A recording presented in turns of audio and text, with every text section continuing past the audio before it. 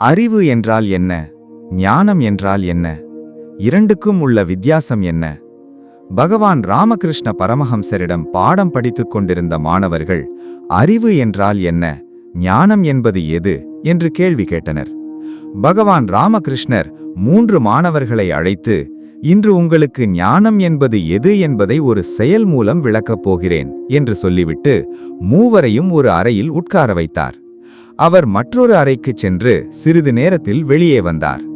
அறையின் கதவுகளை மூடிவிட்டு அம்மூவரின் அருகில் வந்து அமர்ந்தார். முதல் மாணவனை பார்த்து, அந்த அறையினுள் 3 குவளையில் பால் உள்ளது, அதில் நீ ஒரு குவளை பாலை பருகிவிட்டு வா என்றார். அவன் உள்ளே சென்றான். தங்கம், வெள்ளி, வெண்கலம் ஆகிய 3 குவளைகளில் பால் இருந்தது. தங்க குவளையில் இருந்த பாலை எடுத்து மிகுந்த மகிழ்ச்சியோடு பருகினான். பிறகு வெளியே வந்தான். அடுத்து 2வது மாணவன் உள்ளே சென்றான். தங்கத்தமிழரில் பால் இல்லாததை பார்த்த அவன் அதில் இருந்த பால் தனக்கு கிடைக்கவில்லையே என்று ஆதங்கமுற்றான். ஆயினும் அதற்கு அடுத்த மதிப்பினை கொண்ட வெள்ளி குவளையில் இருந்த பாலை எடுத்து குடித்துவிட்டு ஓரளவு நிறைவோடு வெளியே வந்தான். 3வது மாணவன் உள்ளே சென்றதும் காலியாக கிடந்த தங்க வெள்ளி குவளைகளை பார்த்ததும் கோபம் தலைக்கேறியது. எனக்கு வெண்கல குவளை பாலா? யாருக்கு வேண்டும் இது? நான் என்ன அவ்வளவு தாழ்ந்தவனா? எந்த விதத்தில் நான் தாழ்ந்தவனாகிவிட்டேன் என்று அவன் மனதில் எண்ணங்கள் ஓடின. ஆயினும் குரு பாலை குடித்து வா என்றதை நினைவில் கொண்டு வருத்தத்தோடு குடித்துவிட்டு வெளியே வந்தான். அவன் முகத்தில் கவலை நிலை கொண்டிருந்தது. பகவான் ராமகிருஷ்ணர் மூவரையும் பார்த்து, பாலை குடித்தீர்களா என்றார். முதல் மாணவன் மகிழ்ச்சி பூரிப்புடன், தங்க குவளையில் பால் குடித்தேன், நான் மிகவும் கொடுத்து வைத்தவன் குருவே என்றான். 2வது மாணவன், எனக்கு தங்க குவளையில் பால் கிடைக்கவில்லை என்கிற வருத்தம் இருந்தாலும் வெள்ளி குவளையிலாவது கிடைத்ததே என்கிற மகிழ்ச்சி ஓரளவு இருக்கிறது குருவே என்றான்.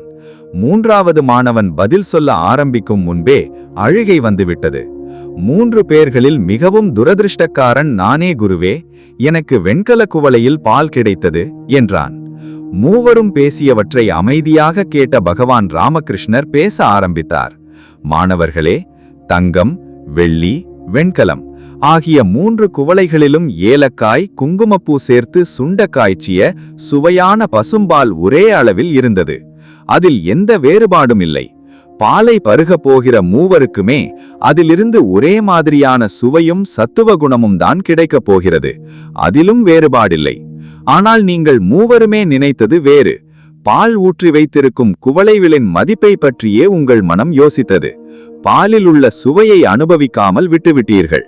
நீங்கள் அறிவு கொண்டு பார்க்காமல் ஞானம் கொண்டு பார்த்திருந்தால் அதில் உள்ள சுவையை அனுபவித்து மூவருமே ஒரே மாதிரியான மனநிலையை கொண்டு ஒரே மாதிரியான அனுபவத்தை பெற்றிருப்பீர்கள். ஞானிகள் பண்டத்தை பற்றியும் அதன் பயன் பற்றியுமே பார்ப்பார்கள். பாத்திரங்களுக்கு மதிப்பு தரமாட்டார்கள். மண் சட்டியில் ஊற்றி கொடுத்தால் கூட ஆனந்தமாக பருகிச் செல்வார்கள். ஏனெனில் ஞானிகள் அனைத்திலும் உள்ள இறைவனை நுகர்ந்து அனுபவித்து ஆனந்தமடைவார்கள். இதுவே ஞானத்தின் உச்சம். பகவான் ராமகிருஷ்ணர் சொல்லி முடித்ததும் 3 பேர்களுக்கும் அறிவிற்கும் ஞானத்திற்கும் உள்ள வித்தியாசம் தெளிவாக விளங்கியது.